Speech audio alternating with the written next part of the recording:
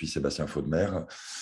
J'ai une vision effectivement assez complémentaire avec celle de Sylvie. Pour faire court, je suis leveur de fonds maintenant.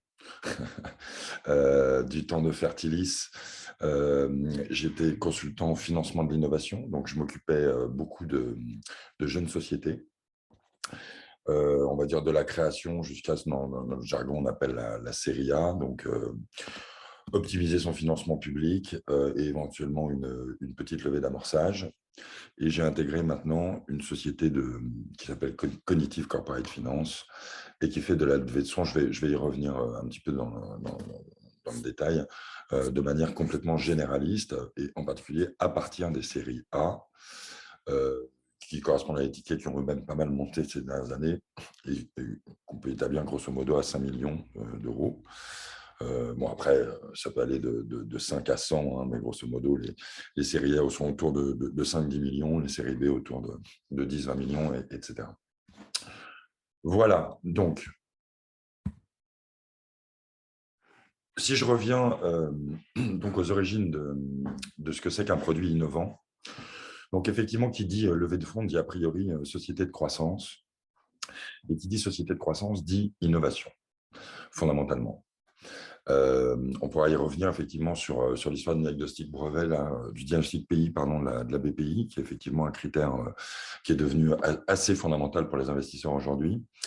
Mais l'innovation, au départ, d'un point de vue strictement financier, elle est liée à un marché. Le véritable point déterminant, et là je vous parle puisqu'on était dans la réglementation avec Sylvie tout à l'heure, je vous parle de réglementation. Le slide que je vous propose relève directement de la Direction générale des finances publiques. Donc, pour éventuellement maximiser votre éligibilité au crédit d'impôt innovation ou crédit d'impôt recherche. Le premier point, c'est développer un produit commercial innovant. Comment on développe un produit commercial innovant? Eh bien, en créant une brèche dans un marché existant, de préférence le plus opulent possible. Et dans cette brèche, mettre en œuvre un savoir-faire que, a priori, personne d'autre ne fait de cette manière-là. Voilà. Donc, il s'agit du développement d'un produit commercial innovant ou de la transformation d'un produit commercial existant en innovation. J'ai un petit souci, parce que je ne vous lis moi-même pas ma slide. Voilà, là c'est mieux. Voilà, donc il s'agit tout à fait officiellement d'identifier des performances supérieures sur le plan technique de l'éco-conception, de l'ergonomie ou de fonctionnalité, qui peuvent s'appliquer a priori absolument à la totalité des activités existantes, pour déclencher un produit innovant.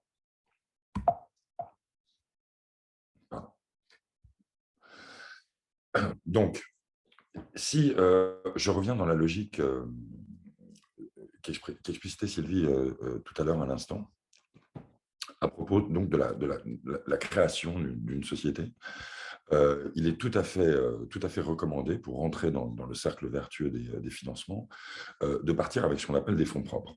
Donc, de commencer par capitaliser sa société. Effectivement, l'apport en nature est a priori le moyen le plus sûr, mais il convient tout de même de le mélanger avec un peu d'apport en cash. Pour constituer donc des fonds propres qui, a priori, vont vous rendre éligible à une mécanique vertueuse de financement public, en particulier auprès de la BPI ou de la Direction générale des finances publiques. Grosso modo, si vous mettez, on va dire, 100 000 euros à la création de votre société, 50 000 euros en cash et 50 000 euros en nature, donc en développement. Ce genre d'apport doit théoriquement, évidemment, être validé par un commissaire aux apports, ensuite être annexé au moment de la création des statuts, et le cas échéant, incorporé au capital. Ça, c'est une option, ce n'est pas obligatoire.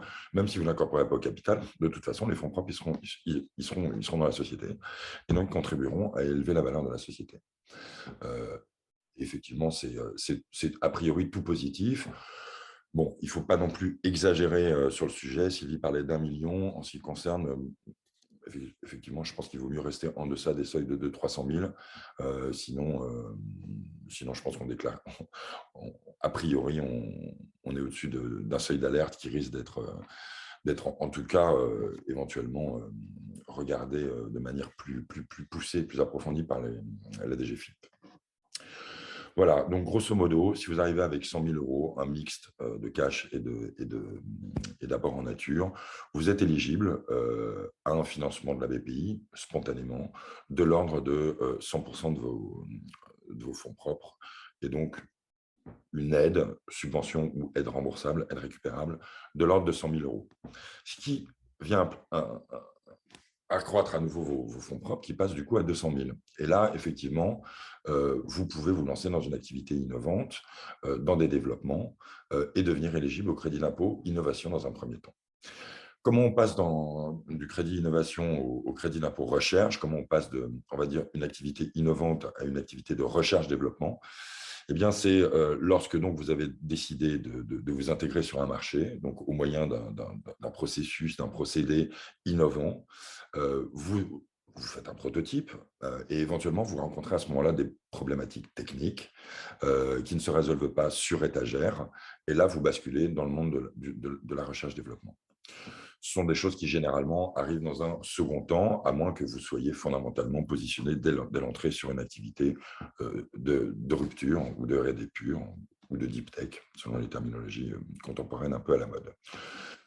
Ensuite, le panel des subventions peut comme ça s'incrémenter avec des aides donc, et subventions de toute nature qui peuvent être locales, municipales, régionales, nationales et européennes, voire à l'export. Maintenant, plus ou moins tout passe par la BPI, qui est devenue un véritable monstre à 12 têtes. Je vous donne l'exemple de l'export, qui était autrefois géré par la COFAS, une filiale des banques pop. Voilà. Aujourd'hui, c'est la BPI. Pareil pour le diagnostic brevet, l'API, la propriété intellectuelle dont parlait Sylvie. Vous avez des aides à l'innovation. Ensuite, vous avez des aides qui redescendent des programmes européens par la Caisse des dépôts, mais qui sont aussi gérés par la BPI, pour des programmes plus importants, éventuellement en consortium à l'étranger, avec une société ou un laboratoire de recherche placé à l'étranger. Et puis, vous avez, encore une fois, de très, très sérieuses aides à l'export. Le truc intéressant, c'est que la plupart des aides et subventions de la BPI visent à financer l'innovation, donc des développements techniques. Les aides à l'export sont de nature complètement commerciale, donc très complémentaires à ça. Et la BPI finance aussi du capital venture, mais on y reviendra tout à l'heure. Voilà, si vous avez a priori démarré de cette manière-là, à ce moment-là, vous pouvez entrer dans une logique de croissance et vous adresser à des fonds pour lever des fonds. On va dire que grosso modo, au jour d'aujourd'hui, les levées d'amorçage maintenant commencent après ce cycle-là, donc autour d'1 million €. Et que pour prétendre à une éligibilité pour une levée de fonds d'1 million €, il faut évidemment commencer par faire environ la moitié de chiffre d'affaires, a priori. Voilà, donc on est sur, là je viens de vous décrire un processus qui dure déjà, par rapport à la création, au moins 12 à 18 mois et généralement plutôt 24 à 36. Donc l'idée, c'est de remonter aux origines de l'innovation pour optimiser son financement public dans un premier temps et ensuite valoriser sa croissance et rentrer dans un processus de levée de fonds. Je tiens à préciser que ce genre de protocole s'adresse à toute société, évidemment à celle qui se structure dès l'origine pour devenir une start-up, mais également n'importe quelle PME qui se mettrait à faire de l'innovation. Je prends pour exemple un client qui fait que j'ai eu il y a quelques années dans le nettoyage industriel, dont l'objectif est de nettoyer des Sephora, des Galeries Lafayette et autres, ce qui n'est pas a priori spontanément une activité innovante. Il se trouve qu'il a développé, au bout d'un certain nombre d'années d'exercice d'activité, un logiciel de gestion client, un logiciel de gestion partenaire, de gestion, de ses propres effectifs, hein, en arrivant à réseauter des micro-entrepreneurs et à les mettre en groupe, en task force, et en les envoyant de manière quasiment automatisée au bon moment dans les bonnes succursales dont ils font le nettoyage. Ce logiciel a eu toutes les caractéristiques d'une activité innovante et a permis à cette société de récupérer quasiment 1,2 million de fonds propres, puisque les développements avaient commencé une demi-douzaine d'années auparavant, et à rentrer dans un processus de crédit d'impôt innovation, puis de crédit d'impôt recherche, à hauteur de plusieurs centaines de milliers d'euros par an. Voilà, donc là, on parlait d'une société, d'une PME, a priori complètement classique, traditionnelle, qui faisait plusieurs millions d'euros de chiffre d'affaires et qui a basculé dans le monde de l'innovation et de la levée de fonds, après une dizaine d'années d'existence. Le processus de la levée de fonds, alors par contre, là, maintenant, alors je ne vais pas non plus vous inonder de réglementation et de mots trop techniques, mais c'est un monde quand même très encadré. Les fonds d'investissement ne souhaitent pas parler en direct avec les entrepreneurs parce qu'ils considèrent que c'est un boulot de professionnel et de financier. Et surtout, on va dire que l'investisseur voit deux éléments qui vont le convaincre d'investir, indépendamment évidemment des critères qui sont associés au fonds en question concerné. Hein. Si, eux, par contre, ils ont vraiment des critères, ils sont vraiment sectorisés. Si vous êtes dans la green tech, vous n'allez pas regarder un dossier de deep tech ou de health tech, enfin, etc. Quoi.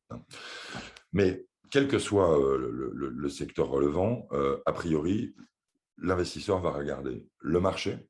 Là, on vient d'en parler. Hein. Et évidemment, s'il adresse des sociétés innovantes, a priori, ce problème-là est réglé, mais quand même pas de la même manière à chaque fois. Et le deuxième truc, c'est l'équipe.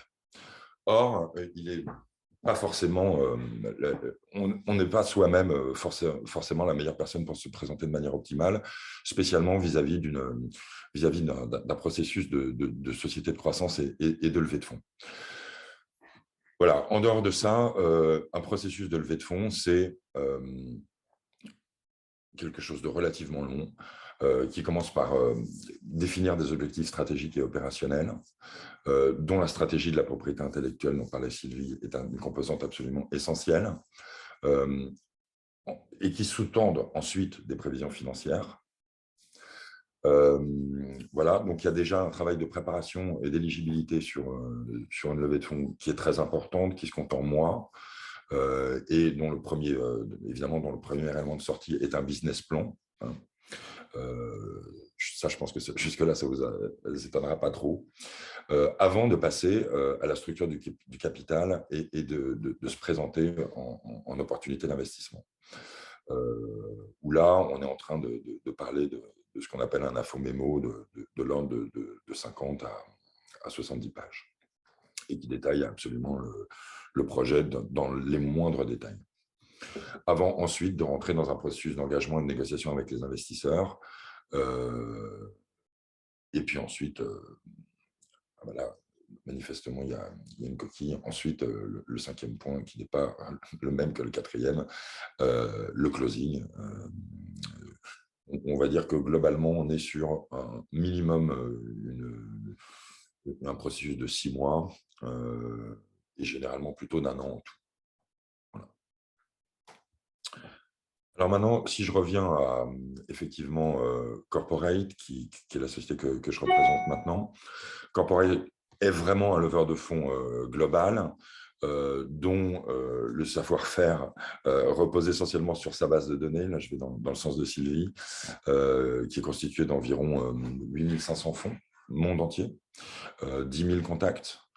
Voilà, donc on fait du financement a priori grâce à moi au niveau de l'amorçage, mais surtout au niveau des séries A, B et C, pour ce qui est des startups.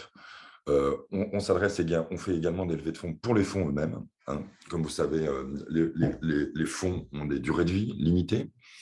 Les sociétés de gestion de fonds créent des véhicules donc à durée de vie limitée et les recréent et se recapitalisent et se refinancent eux-mêmes en fonction des résultats, des résultats opérés par le fonds pendant sa durée de vie, au cours de son cycle de vie. Voilà, donc on fait des levées de fonds pour les plus petits fonds par des plus grands fonds et pour les moyens fonds par des plus gros fonds, etc. Euh, ce que j'appelle le marché secondaire, là, euh, voilà, c'est des recompositions, des restructurations d'actionnariat, de participation à l'intérieur des fonds. Les fonds peuvent se refiler se refiler des participations, les clôturer, etc. Faire le ménage. Corporate également met également en œuvre une stratégie de partenariat et de deal corporate avec ses propres clients, et également très impliqué dans les transactions immobilières, ce qui, en l'occurrence, n'est pas du tout ma spécialité à moi. Voilà, grosso modo, ce que j'avais à vous raconter aujourd'hui.